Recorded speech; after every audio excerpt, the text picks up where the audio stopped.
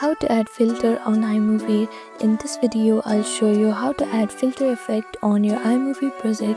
Let's get started. First, remember that iMovie app is not available for Android device, so on your iOS device, click on search bar and open iMovie. After that, click on the project that you want to add filter to. Now, simply click on this clip and you can see different options on the bottom. Simply click on this option that is on the bottom right corner. After that, you can see different filter here. Simply choose the one that you like and click on done. And this is how you can add filter effect on your iMovie project.